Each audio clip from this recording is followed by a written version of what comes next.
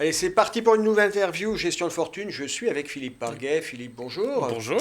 Philippe, vous êtes directeur général de Norcia. On ne présente plus cette plateforme et votre actualité, c'est que vous relancez une activité prévoyance chez Norcia. Oui, tout à fait. Ouais, on relance. C'était une activité qui appartenait à Aprep Diffusion. Que vous avez acheté il y a à peu près 2 ans, c'est ça, non 2 ans, quasiment Ouais, jour pour ouais. jour. Donc, c'était la filiale de la Mondiale qui avait un historique d'AG2R La Mondiale, qui avait un historique très fort sur la prévoyance. Et donc, on avait racheté aussi pour ça, parce que c'était une activité qu'on n'avait pas et qu'on voulait lancer à un moment. Et donc, du coup, ça y est, on y arrive. Il vous a fallu 2 ans. Pourquoi ne pas avoir poussé les feux tout de suite? Ouais, 2 ans. Pourquoi? On partait d'une situation qui était celle d'Aprep Diffusion, qui était beaucoup en papier. Il n'y avait Ouais, pas de circuit digital et avec un seul assureur, qui était la Mondiale. d'accord. Et donc, effectivement, dans notre logique de plateforme, il fallait, un, qu'on développe l'outil digital, et deux, parce qu'on est une plateforme, avoir au moins 2 assureurs sur cette partie-là. Alors, quels sont les assureurs, là? Vous en avez 2, c'est lesquels? Alors, la Mondiale qu'on a gardée, parce Ouais. qu'ils sont très bons, et Generali aussi, qu'on a ajouté dans l'offre. Ok. Qui dit prévoyance, moi alors c'est souvent un périmètre très large, hein, et assez hétérogène. La prévoyance, on pense à des choses comme de l'assurance décès. Chez Norcia, vous mettez quoi dans l'univers de la prévoyance? Alors, l'assurance décès, effectivement, c'est le gros morceau, Ouais. comme l'assurance emprunteur d'ailleurs aussi. L'assurance décès, c'est le gros morceau. Après, c'est vrai que l'assurance décès, en 2 mots, c'est en cas d'aléa dans la vie, ça peut être un décès, ça peut être une invalidité, c'est de pouvoir verser soit du capital, soit une rente aux bénéficiaires que l'on a souhaité. Alors, c'est quelque chose qui est, comment dire, qui correspond à des phases de vie qui ne sont pas nécessaires à tous les moments de la vie, mais Ouais. qui sont parfois Mais à très certains utiles. moments, c'est quand même très utile. Et ouais, tout à fait. Je vais prendre mon cas personnel parce que ça a été symptomatique. J'ai malheureusement perdu mon papa jeune, à 20 ans, j'étais étudiant, Ouais. et il avait souscrit une prévoyance qui m'a permis de finir mes De finir études vos et études. payer un bout de mon appartement. Donc du coup, enfin de la location de mon appartement. Donc aujourd'hui, si j'en suis là, c'est certainement grâce à la prévoyance que mon papa a souscrit. Donc je vous remercie. Je remercie puisque c'est Ok. là où c'est utile, parce que ça n'arrive pas qu'aux autres. C'est utile, c'est des produits utiles, mais c'est des produits un petit peu techniques, parce que souvent ce sont des produits assurantiels. C'est un peu technique, non, à vendre? Ouais, alors après, il y a cette partie-là, il y a la garantie d'essai qui est importante, mais il n'y a pas que ça, parce qu'en fait, dans la prévoyance, il y a aussi l'homme clé, hein, dont on parle souvent.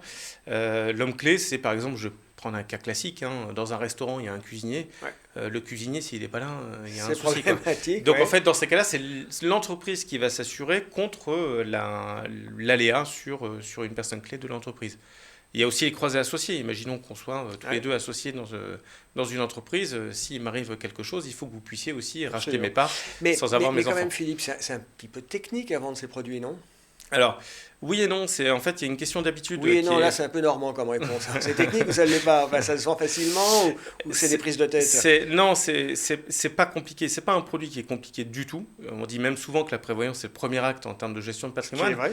Voilà. Donc c'est pas un produit qui est technique, mais c'est un produit sur lequel on n'a plus l'habitude de travailler. Donc en fait, c'est un produit auquel on ne pense pas et qu'on ne sait pas forcément complètement bien aborder. Mais pour autant, c'est D'accord. un produit qui est simple. Donc c'est une question d'habitude. Ok. C'est pour ça que je dis oui et non. Vous soutenez, vous accompagnez les CGP partenaires sur ce package prévoyance? Ouais, tout à fait. On a vraiment développé une expertise chez nous, hein. On a des personnes qui sont vraiment là pour les accompagner dans leurs conseils et dans le fait de faire le premier conseil au Oui, premier oui, client, donc de les accompagner là-dessus.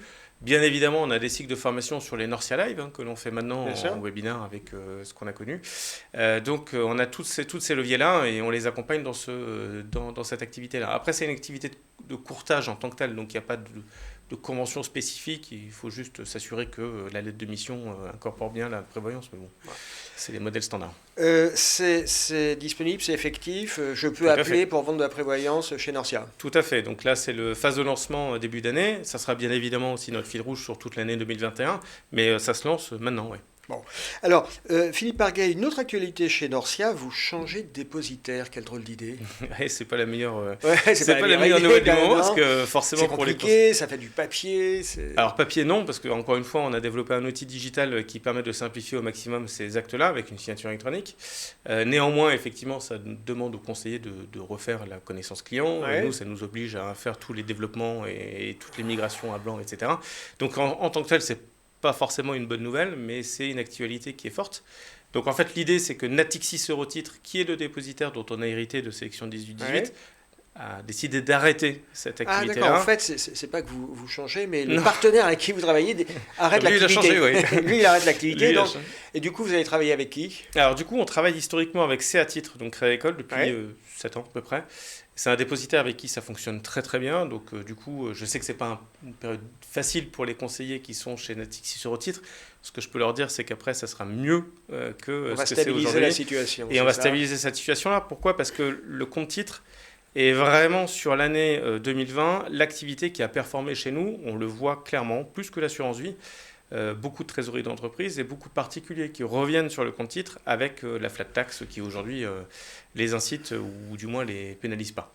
Allez, Philippe, il nous reste moins d'une minute. On se tourne vers 2021, votre actualité pour 2021. Il y a quoi dans les cartons? Il y a des lancements, il y a quoi? Il y a un lancement, il y a quelque chose qui nous manque encore dans la gamme qui est le PER Ouais. qu'on n'a toujours pas développé. Donc pourquoi? Parce qu'on veut chercher absolument et trouver la bonne solution avant de le lancer. Il faut voir que le PER aujourd'hui on en parle beaucoup, mais c'est beaucoup de recyclage de fonds. Des contrats Madelin par exemple.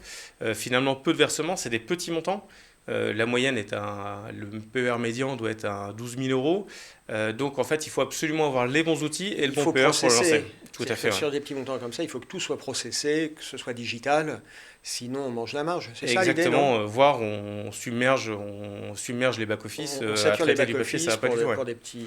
Donc voilà, Ok. donc on s'est dit que sur le PER, comme il y avait urgence, il fallait prendre son temps. Eh bien, écoutez, on vous souhaite succès et sur la prévoyance et pour l'année prochaine sur le PER. Ben, merci beaucoup, Merci Philippe Arguet d'avoir été avec nous. mais c'était avec plaisir.